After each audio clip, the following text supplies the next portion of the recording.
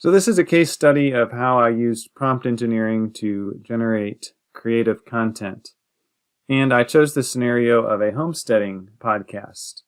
So using the method that I'm going to explain to you, I was able to generate a document that has multiple pages.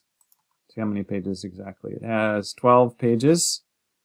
And it includes a podcast introduction for the first episode, ideas for episode formats, ideas for topics, suggestions of guests, ideas for episode titles, ideas for podcast branding, and then a closing statement to use at the end of each podcast. So how did I do that? Well, I started by going back to the answer to a prompt I posed to both ChatGPT and Bard, and it was this prompt. Suppose that someone wants to start a podcast about homesteading. How could this person use multiple ChatGPT prompts to achieve her desired result? And this resulted in a response that had 7 parts. And what I did is I just copied and pasted each of these recommended prompts into my Google document. All right, and you can see those here italicized. And then what I did was I put them into each AI tool. So I put them into Bard, one after the other.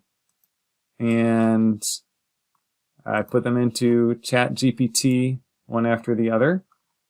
And then what I did is in the document, you can set up a little table for each one so you can compare.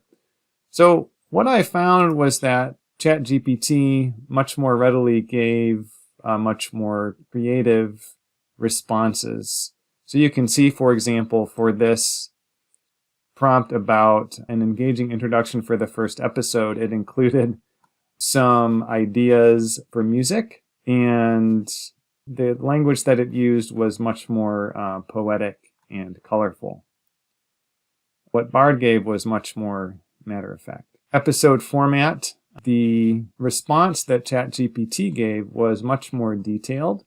It actually broke down the structure into multiple parts, whereas Bard gave the names of the episodes and then a short paragraph about each one. Now, I would suspect that if I had given Bard a little bit more detail about what I was looking for, that it would have provided some structure as well. But in this case study, I literally gave both Bard and ChatGPT the same input, and you can see that the output was quite a bit different. Next, I asked it to generate topics. ChatGPT, again, was more creative. It suggested catchy titles in addition to the descriptions. The topics were similar, but what ChatGPT gave was more detailed and kept in mind that you should have some catchy headlines. All right, for guest suggestions, again, ChatGPT provided more detail, specified the expertise, and provided a little bit more detail than Bard. But what's interesting is that Joel Salatin is definitely pretty clearly one of the guests to have. But other than that, there's a divergence between Bard and ChatGPT about who we should have as the guest speakers. So I think one of the lessons I take from this is that it's worth using both Bard and ChatGPT to get the similarities and differences to provide a richer output. This prompt asked for episode titles. And again, ChatGPT was more witty, more poetic.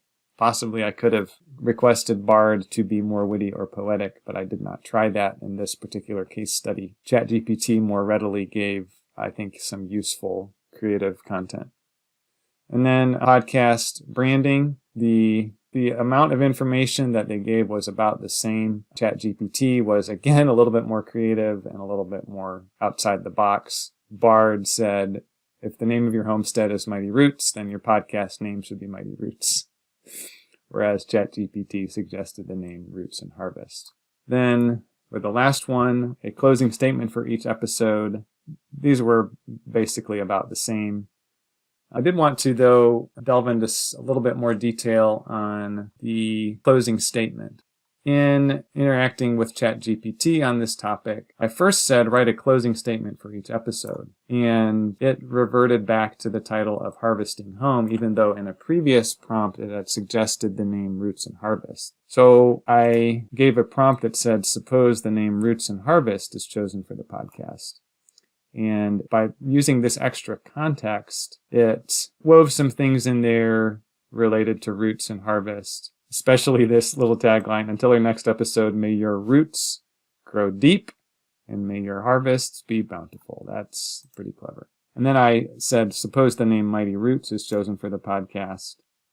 It's basically the same. And it said, may your roots grow deep and may your homesteading journey be filled with strength, resilience, and the joy of sustainable living. So sort of tying in some qualities of roots there. So my conclusion here is that if you're going for beautiful, poetic, colorful, creative output with less effort, then use ChatGPT. If you're looking for more matter-of-fact sort of content, use Bard. And if you are looking for like specific names of people or contemporary information, definitely want to make sure to include Bard because it's a Google product. My assumption is, although I still need to investigate this further, is that Bard incorporates Google search results. Well, I decided just to go ahead and figure out the answer to my question. And what I found is that Bard does incorporate responses from Google search results, including results in 2022 and 2023. So this is definitely different from ChatGPT, which limits responses to, I guess, sometime in 2021. If this video is valuable to you, please click the like button and also subscribe to this channel. In addition, please consider becoming a patron of AI Bootcamp or buying me some brain fuel using the links in the video description.